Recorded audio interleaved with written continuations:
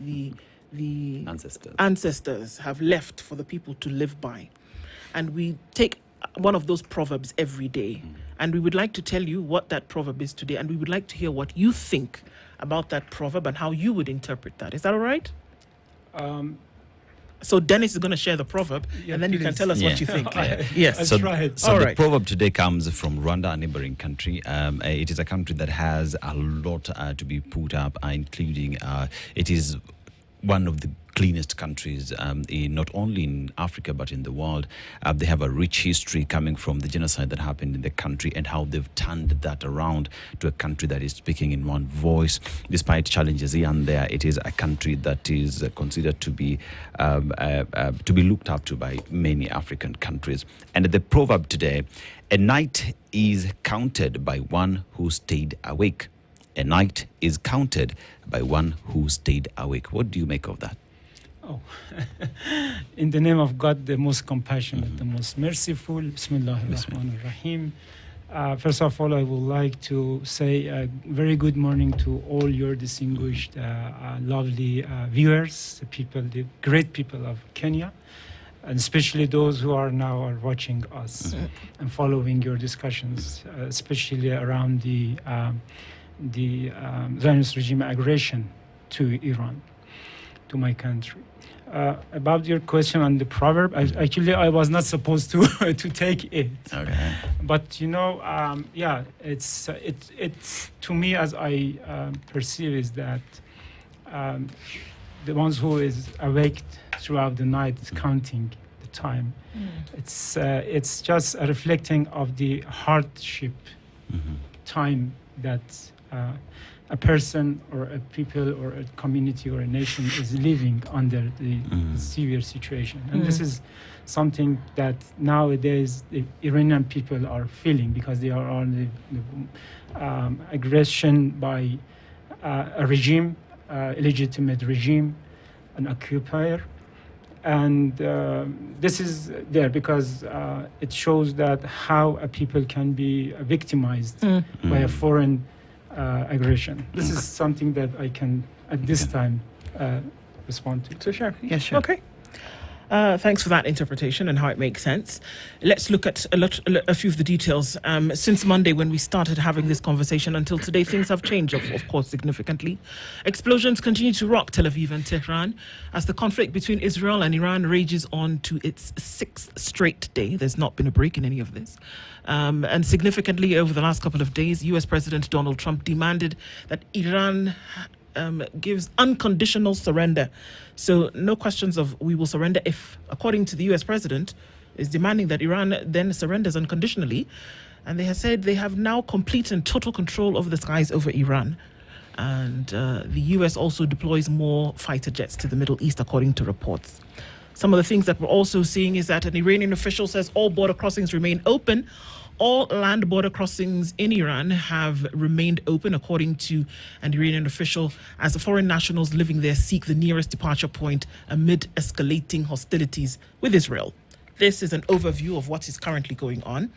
The strikes continue in both directions, but we would like to get from your point of view, first of all, the genesis of this problem, Dr. Gholampour, the genesis from an Iranian perspective. Where did this start? For understanding this situation, you should get back into the history, Iran has never, at least over the 300 centuries ago up until now, has attacked any country. We have always been attacked, and of course we decisively always defended ourselves. This is the first thing. The second thing is that if you go back to the history of the Zionist regime of Israel, it has shaped based on occupation, illegitimately, by force. And up until now, the policy of the Zionist regime has to be wipe out the Palestinian peoples, to have superiority and hegemony on the Islamic world in the region and beyond. And it's based on their ideological thoughts that from Nile to Euphrates is theirs. And after the Islamic Republic Revolution victory in Iran, one of the inspirations by the Islamic Revolution was that peoples around outside Iran was inspired by self-determination to defend themselves, to fight for their liberation. And it was not something that they took it, because their policy has always been to kill and rule. So this is the cause. And now you see that despite all the facts, and the facts shows that Iran has never attacked any country. We don't have a policy of aggression, but we have been attacked, and an act of aggression has been committed by the Zionist regime of Israel. Of course, all the supports are provided by the United States to the Zionist regime. And, this is the real cause. And they always have had their policy to accuse and provoke and unlawfully take actions. Instead of addressing its own destabilizing behavior, the Zionist regime reports to baseless accusations and military adventurism to justify its attacks. Iran reserves always the right to defend its sovereignty and security. Ambassador, you've said Iran, going back to history, has never directly attacked another country. The sentiments that are coming then from Israel, and I want your response on this, is the argument coming from Israel is Iran has not officially launched any full conventional military invasion of another sovereign nation. It's true, directly, in a conventional sense, but it does that through proxies. And that's the biggest concern. The biggest concern. Is this true? No, it's not true, absolutely. It's a false narration. Israel is a proxy to the United States. And Iran has no proxy. All those movements and resistance that you are referring are liberation resistance. Mm-hmm. They are defending their self-determination. They don't want to be killed on a daily basis. They have the right to live in peace and prosperity. So we don't have any proxy. They are defending themselves.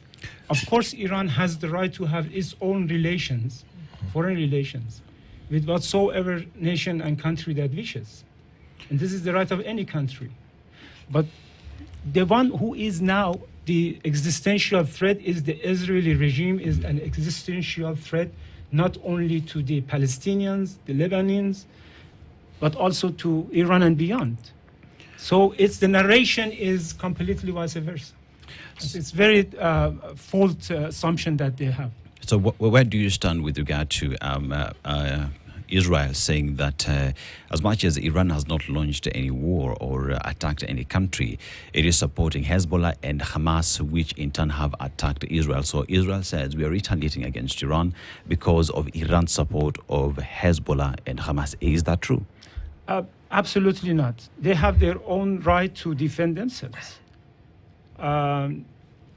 Please let me to put it in this way. Israel is the main and the prime source of instability and threat, not only to the people of Palestine and the region and our country, but to the international peace and security. Why? Because Iran is a member to all international treaties on, mass destruction weapons. Iran is a member to the NPT, a responsible member to NPT, and all other CWC, the Chemical Weapons Convention, but Israel is not the member.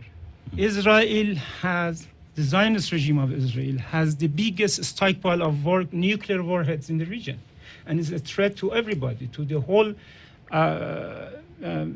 world. And Iran peaceful nuclear activities has been since inception under the the largest ever in the history of the inspections by the UAE, and has been constantly monitored by the inspectors by the IAEA. And through the all 15 reports by the IAEA, has been no non-compliance by Iran to be reported by the IAEA. And even last night, the Garisi, Director General of the IAEA, has declared that there is no evidence of military activities in Iranian nuclear activities. Look, Israel has, the Zionist regime of Israel has always claimed that since almost 25 years ago, that Iran is reaching to the nuclear weapon within 1 year, 2 year, 3 year, and still is coming 1 year, 2 year, 3 year. So all this is provocation. So what triggered the latest strikes against Iran? You've referenced the history, but the latest escalation and the devastation that we're seeing on both sides, what triggered it? It because the Zionist regime always has followed as expansionist policy. Still now, right now, they are killing on a daily basis innocent peoples, children's, kids, women's, who are standing in the line queue for get the humanitarian food that is coming from outside. They are bombing them. The triggering at this time is just to diverting the attentions of the world public opinions and the attentions and the hearts from the atrocities, the massacres, the genocide that is happening in Gaza, in Palestine. They need, because they live by war. Without war, they cannot live. They cannot continue. And this is the situation, because they feel that they are under the heavy support by the United States, and they feel that, okay, they have the capability, the strength to attack everybody, and nobody can take them accountable. But this time they had their own wrong and mistakes in their calculations, because Iran is a big country, a strong country with all military system, and is not like, a group inside that is fighting for its determination. So, Ambassador, Israel says, because there are all these counter-accusations from both countries, just to maybe make us understand and see the picture of what's going on in Iran, Israel says that they're targeting nuclear facilities and military infrastructure. On this other side, Israel says Iran is targeting civilians. So let me to put it in this way. Yes. Okay, please, we are live in a world that we have laws, international laws. We have the Charter of the United Nations. We have the IAEA statute. Yes. We have the resolutions of the IAEA. All these laws that Iran as a member, as a responsible member, has been observed and followed strictly all these norms and rules of international law. What it says that a military activity which is peaceful, as is under the safeguards of the IAEA, shall not be attacked. The IAEA statute is preventing member states to attack those facilities that are under the inspections and safeguards. And all the Iranian activities are declared. There is no evidence that these are the reports by the IAEA. Yes. There is no evidence of diversion from peaceful activities in Iranian nuclear activities. Okay. No? And then when you attack, it means that you breach blatantly the international laws and rules. You are not a responsible country in international system. So everybody, based on international, it is an attack not only against Iran, it is an attack against the Charter of the United Nations, against the international order, against the international law.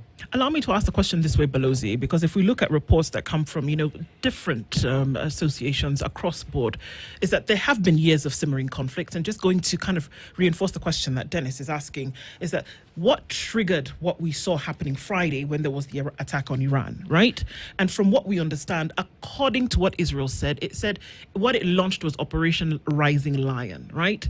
And they said it was response to an intelligence report which they claimed showed that Iran was approaching the point of no return in the development of a nuclear weapon. Absolutely it's wrong. Just allow me, this question is let me finish this. Absolutely, it's wrong. Let me finish this statement so that you can either confirm it or you can deny it. No, absolutely. They are calling on a series of strikes on Iran nuclear facilities. Madam, let me know. Allow me to put it in this way. I want to ask please let me to explain. I know your I want to question ask exactly. No, allow me, please, because the question is absolutely wrong. No, you don't know the question. Allow me to ask the question. It is important that I ask it so that you can then give your response based on the question. This is it. If they are saying that Operation Rising Lion was because they felt that Iran was reaching a point of no return, this is what is coming from them. My question is, has it always been a competition between both countries, and who then can develop nuclear weapons and then who can use them? Madam, let me know. Iran is a country which has been attacked by an atomic warhead country. Mm-hmm. Israel has almost more than 200 atomic bombs and warheads, and he has attacked in Iran. Mm-hmm. And they now resort to the principle or the theory of preemptive attack. What does it mean, preemptive? If it's any country would have such a justification to attack other countries and to say that I'm just preventing from what? That's my question. Now, if you had allowed me to finish it is the very question. ridiculous. It is very ridiculous. There was no sign. Always Iran has been under attack by sabotage, by espionage, by attacking and killing the peoples and bombarding. What does it mean?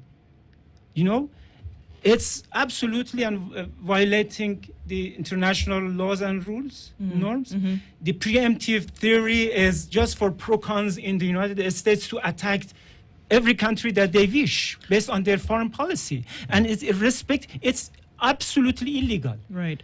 If you ask the international lawyers, international but law experts, nobody attack can on a defend preemptive basis.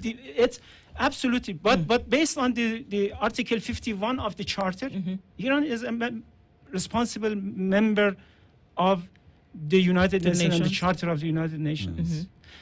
Article 51 says that if any country is attacked, its sovereignty is attacked, absolutely, or breached, has the right. And now Iran is applying its self-defense. Right. We cannot just to sit down and to be bombarded and the people to be killed on the, in the hospitals, in the TV, just they attack the radio and TV station like us that now we live. Are here. Yes, we saw that. Imagine that a country come and bombard you. What does it mean? It's a kind of preemptive from what? The reporters? So for purposes of clarity, it is important for us to say that the first attack actually did come to Iran from Israel. Israel actually did attack first, and the first one that we saw came out on Friday.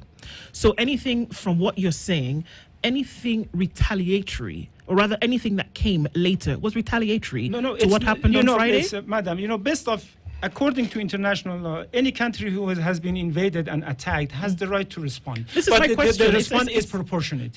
We have, we don't have the policy of attacking or invading. Always it's but we decisively we defend ourselves, and the defense is proportionate in accordance with international laws and rules. That's all, and that's the right.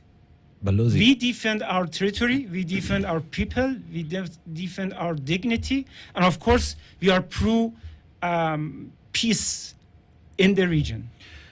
But as you speak about being pro-peace, there is the fight that is happening between the two countries. Then there is the entrant that is the United States through Donald Trump, the president there, and the statement that he made recently.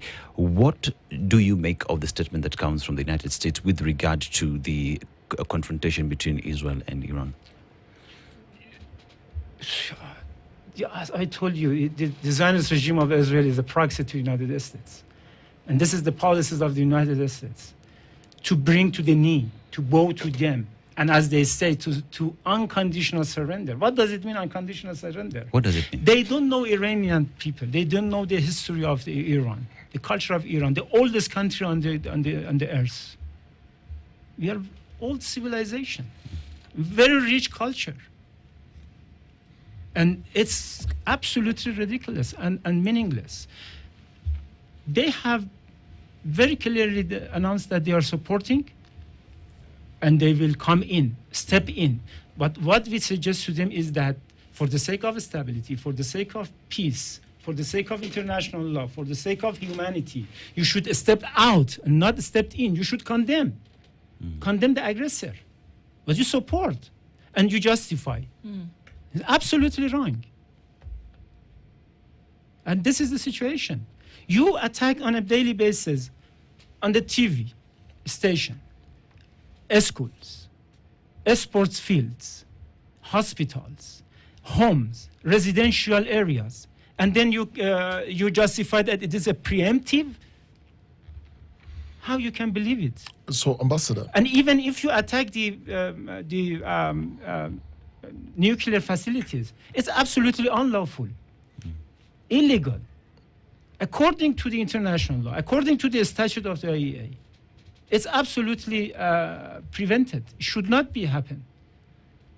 But you are under attack by a regime who has the biggest stockpiles in the region of the mass killing weapons, mass destruction, and nuclear warheads, is not a member to IAEA, is not a member to the NPT regime, non-proliferation treaty regime, and has a long history of massacre. And the prime minister of that regime is now called by the ICC, International Criminal Court, for genocide. How you are going to defend it? So, Ambassador, the very latest, Israel says it struck a centrifuge in Tehran and a weapons facilities as part of its overnight attacks. Now, Iran has also launched its own attacks inside Israel. There are sirens that have been sounding through the night. The scale may not be at the same level, but are we then saying we are already on a warpath? Is this full scale now? My brother Dennis, Yes. if I attack you, you will stay and look at me? Of course we will respond. But of course we respond within the frames of international law, proportionately. When they attack, we respond. But don't forget one thing. They have started. They have attacked. But the one who will end it is not themselves. It's not themselves. Who will end it? Because they shoot the truth. When, they came into a war and attacked Iran to destroy what? To destroy the negotiations, the diplomacy that was ongoing between Iran and the US. 6 rounds of negotiations was held. And just 2 days before the 7th round, they attacked Iran. To what purpose? To prevent that diplomacy to go to works. But Because your policy is based on killing people. Because when you have the fighters, you feel that you have the strength. The might is right. This is their basic assumption. But this is wrong. what negotiations were you having with the US? With the US, it was 6 rounds was held. The 7th round was scheduled in the Sultanate of Oman. And what was the conclusion? That I don't know what was the conclusion, but what is on ongoing negotiations On what exactly?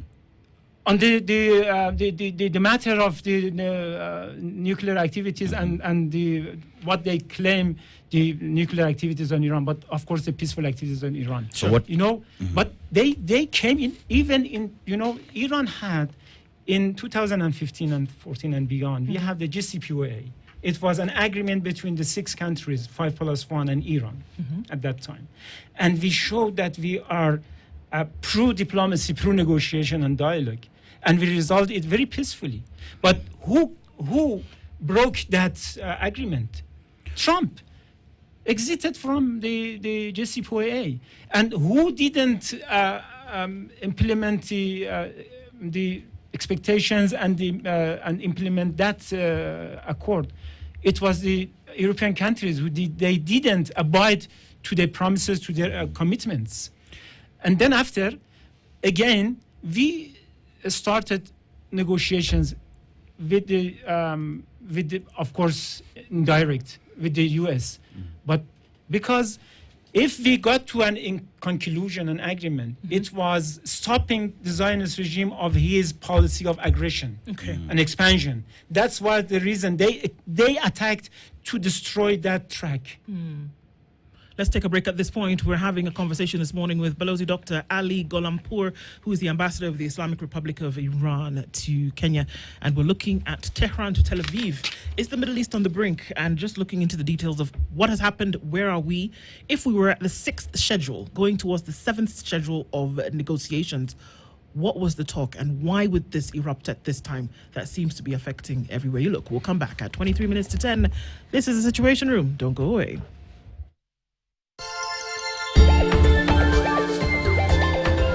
Niwe ulimaliza tishu ya choo? Hapa mtu akimaliza tishu anawekanga ingine. Sina docket. Unataka how much? 50,000. Unataka hiyo yote? Haiditi. Kiliati. Mnanipeleka madhara ndio mali yangu kule vile mnataka. Hakuna mnadanganya ati this for my own good. Niwe ulimaliza maji kwa fridge? Ukarudisha kibuyu bila maji? Serious. Unanipigia hizo madrama nikiwa job?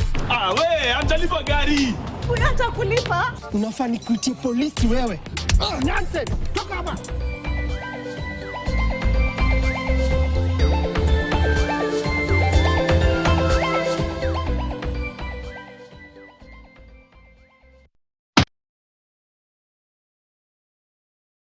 Another week, another shopping spree. Welcome to shop.dega.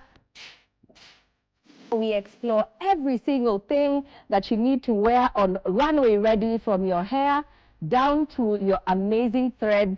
Home heaven. And of course, on Tech Treasure. We bring all these pieces, courtesy of standard courier, to the comfort of your home. See you on Saturday.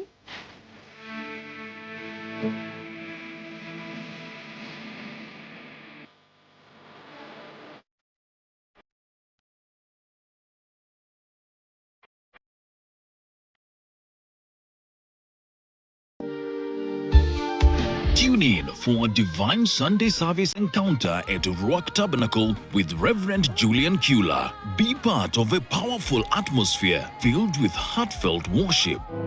Blessed be the name. A transforming word. Some of you, your lives have changed by virtue of that word. In the name of Jesus. And life-changing revelation. Come and experience healing, hope, and authentic fellowship. Every time I encounter this place, something happens that begins to realign me with purpose. As we raise kingdom champions every Sunday at 11 a.m. only on KTN. God bless you.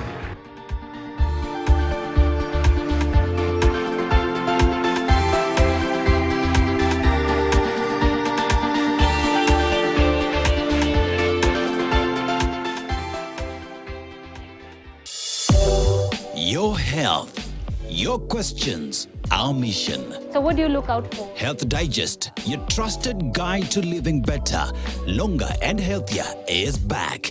And it is bigger, and better. We're just gonna carry on with the treatment. From cutting-edge medical breakthroughs to everyday wellness tips, we uncover the facts, bust myths, and bring you expert insights that matter. Our target for tuberculosis is to make treatment much easier. Whether it's fitness, nutrition, mental health, or medical advancements, we break it down in a way that's easy to understand and act on. Stay informed, stay empowered. Don't miss Health Digest with Gloria Milemo every Saturday at 9 p.m. only on KTN, where your health is our top priority.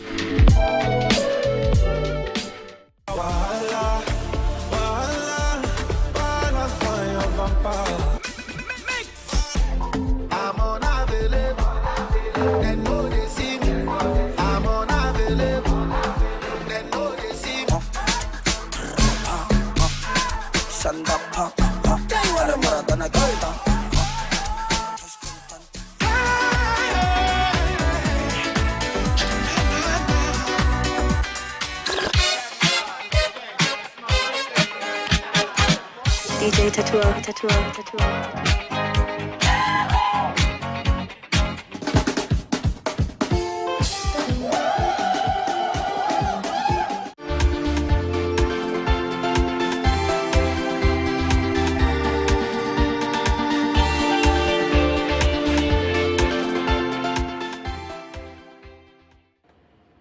Israel, I have said in no uncertain terms, whether it's coming from the Prime Minister Netanyahu, whether it's coming from, the officials, they've said they're ready to go this alone. They don't need the support of anybody. They said if they need to be isolationist in conflict or whatever, that they're ready to go it alone. So they don't have or necessarily need the support of anyone else. It's contraindicatory to what we see coming from President Trump, who says, if Iran doesn't stop, we're asking for unconditional surrender. But then one must ask, surrender to what? Oh, that's Trump should explain. Surrender to what? But we will not surrender to anything. Iran is a powerful, strong country. It has been under long, discriminate, illegal, illegitimate, inhuman, unilateral coercive measures and sanctions. And it has the national and local capacities, scientific capacities, military defense capabilities and capacities. And we have a very big nation, the oldest country in the world, and very big and rich civilization and culture. Okay, culture of dialogue and negotiations. What we should surrender our history, our dignity, our territorial integrity, our sovereignty. What they expect from us, scientific achievements is not something that you can give up. It's scientific, your scientists have it. You cannot take it out from them. Of course, you have some fighter jets, you can bomb facilities, but it's not the end of the story. We will not surrender, for sure. We will defend ourselves in the strongest terms, but of course in accordance with international rules and laws and proportionately. But again, we are ready to get back to the diplomacy route. That's the best and the only path, as all the leaders around the world has emphasized. If you weak the credibility of the non-proliferation treaty by attacking a country who is under the safeguards of the same regime, you will weak it. You just refer to the Al-Baradei, the ex-Director General of the IAEA, who said that this attack, which is in blatant violation of international laws and Charter of Nations, is weakening the non-proliferation treaty. And then no country will have the confidence and the assurances to stay under that regime. If you are talking about international peace and security, but if you are looking for regional hegemony on other countries because you have the power, it's absolutely a wrong assumption, and we will stand against it. But Lozi, in this war, there is the aspect of the cost of it in terms of the people and the deaths and the injuries that you continue to record. Just as we sit here today, you have family back in Iran. And as you connect and talk to them on a daily basis, even back with the government, what is the cost of this war to the human life back in Iran? Unfortunately, the massive attacks on Iranian cities has been included not only the military bases, but in particular, they have attacked libraries. They have attacked the library of the foreign ministry that I'm a part of that. I used to study and educated in that library. They have attacked the kids and children's hospitals, Hakim Hospital. They have attacked the, TV, radio and TV station. They are bombing all the civilians and homes and residential areas. And unfortunately, the casualty numbers is high. Up until now, more than hundreds of civilians has been killed or martyred. So, Iranian nation is like a victim, is now a victim. In the past, we have a victim to chemical weapons supported by the European countries and US and others to the Saddam regime to attack and use chemical weapons against my people. At that time, I was also exposed to that chemicals myself. And then we have the terrors, supporting and equipped by forces like Zionist regime.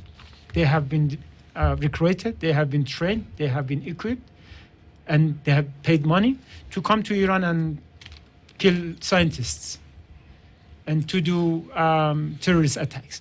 So the casualties are very high, and I'm very sorry for that. I'm an unfortunate situation. And that brings the international community, all the leaders, the political leaders, including the leaders in Kenya, in the Republic of Kenya, as an independent country, and as a responsible member of the international community, to condemn these attacks, which is breaching and violating international law. If we want to peace in order based on the Charter of the United Nations, and this is the responsibility of each and every awake consciousness, awake people around the world. So here I would like to appeal to all those leaders around the world, organizations, peoples, to condemn such illegal and inhuman attacks. So, Ambassador, the very latest is Iran's supreme leader has warned that the battle has begun. Donald Trump is talking about unconditional surrender. Are we then saying we are on a full-scale war, or is there room for mediation? Yeah, that's a very good question. The Zionist regime of Israel has demonstrated that they are always escalating tensions, escalating wars. They are not going on the path of de-escalating. As I told you, we will defend proportionately. And what has been put by our supreme leader is the same for self-defense, based on the Article 51 of the Charter of the United Nations. And of course, it's the right for self-defense. This is a war that has been imposed on us. And we have no other choice except to defend. That's something that I mean, the accusations here, we can't have this conversation without talking about nuclear threats. Israel's view is Iran's nuclear program is a threat. It is the same sentiment that the US carry and its allies. We look at proxy networks, and the concern there here is, and I want you to maybe shed light on this. The issue here is Iran funds arms through these proxy networks. In Lebanon, it's Hezbollah. In Gaza, it's Hamas and the Islamic Jihad. Then you have Syria, the IRGC. In Iraq and Yemen, it's the Shia militias. Can you absolve yourself that you have no dealings with these networks and therefore you are not a threat in carrying out your programs? You know, please let me to repeat it, because you repeat the question again. The Zionist regime is a proxy of the United States in the region. Okay. And the world of imperialism. Huh? And all those movements that you refer are the liberating movements. They're resisting for their self-determination. They are fighting for themselves. They cannot see every day their homes are destroyed, their facilities are destroyed, and their peoples are, women, men, civilians, innocent people are killed. They have the right. And also, Iran has the right, as a sovereign state, as the Kenya has the right, to have its own relations with any other countries around the world. What is the threat? Existential threat is from the Zionist regime with its nuclear stockpiles, not only against Iran, but also against the whole region and international system and order. Ambassador, you have not answered the question. The nuclear weapons now are stockpiled in Israel. You know, in 1974, Iran was proposed a region in the Middle East, West Africa, the west of Asia, a region free from nuclear weapons. And this proposal has been always on the table. Who has opposed it? The Zionist regime of Israel, the only country with their stockpiles. We officially, repeatedly, annually propose that region free from nuclear weapons. Not only nuclear weapons, but also all other weapons of mass destruction. The only regime has denied and opposed is the Zionist regime of Israel with its stockpiles, with chemicals stockpiles, with all the killing machine. And now you are put the question on the other side, vice versa, the Iran is existential threat to whom? More than 300 years, Iran has never threatened or attacked any country. Yes, always we defend. Yes, you've not done that directly. And I'm saying the concern here, even with the US, the same thing repeated by Israel and other countries, is that the relationship between Iran and the support to these groups I've mentioned from all these places, Lebanon, Gaza, Syria, Iraq, and Yemen, is that it will cause destabilization of the region. And therefore, your program and the nuclear question here is what really is a concern. No, you know, who has occupied Lebanon? Israel, occupied. And the resistance came as Hezbollah and the people of Lebanon to liberate and free from occupation their territory. Please.